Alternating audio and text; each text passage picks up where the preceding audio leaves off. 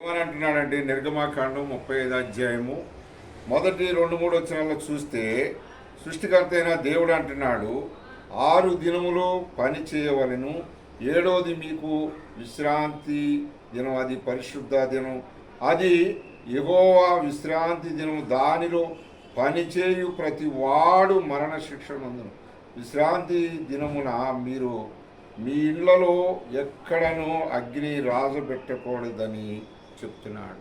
కనుకని ఎక్కడ కూడా పాత నిబంధన పద్ధతి ప్రకారం ఎక్కడ కూడా పొయ్యి వెలిగించకూడదని అంటున్నాడు. కొత్త నిబంధన ప్రకారం చూస్తే యేసుక్రీస్తు ప్రభువారు మరి అవన్నీ కూడా మరి నిబంధనలు అనేది పెట్టలేదు, కానీ దేవాది దేవుడు మనకు ఫ్రీగా ఇచ్చాడు. ఏంటి ఆ సమయం అంటే, ఆ దేవాది దేవుడు ఈ రోజున వంటలు వండుకుంటున్నాం, టిప్పులు చేస్తున్నాం, టీలు తాగుతున్నాం, ఇప్పటికే ఎన్నో తాగేసి ఉంటాం.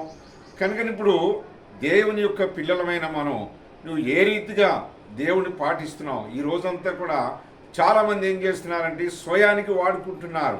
ఇది నీది కాదు, ఈరోజు దేవునికి ఇవ్వాల. 6 దినాలు మాత్రమే నువ్వు పని చేసుకోవాలి, 7వ రోజు విశ్రాంతి దినం అంటే ఆదివారము.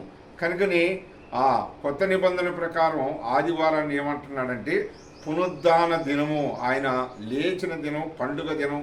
మనం ఏదో సంవత్సరం ఆకారం వచ్చే పండుగలు కాదు, కానీ మనకు వారము కూడా దేవుడిచ్చే పండుగ ఏంటంటే ఆదివారము, పరిశుద్ధులు కలుసుకునే రోజు. ఈరోజు అందరితో మనము సంతోషించే రోజు, దేవుని యొక్క సన్నిధిని అనుభవించే రోజు, ప్రభువుని ఆరాధించే గణపరిచే రోజు. ఈ రోజు నువ్వు పోగొట్టుకుంటే మరొక రోజు మళ్ళా ఆదివారం చూడాలంటే 6 దినాలు. ప్రభు ఈ లోపల వస్తే నీ పరిస్థితి ఏంటో నువ్వు ఒక్కసారి ఆలోచించవా లేదా అన్నది నీ సొంతానికి వాడుకోవద్దు. దేవుడు నిన్ను గొప్ప రక్షణతో అలంకరించి కాపాడి ఆదరించి దీవించును గాక. అవునా? కలిసి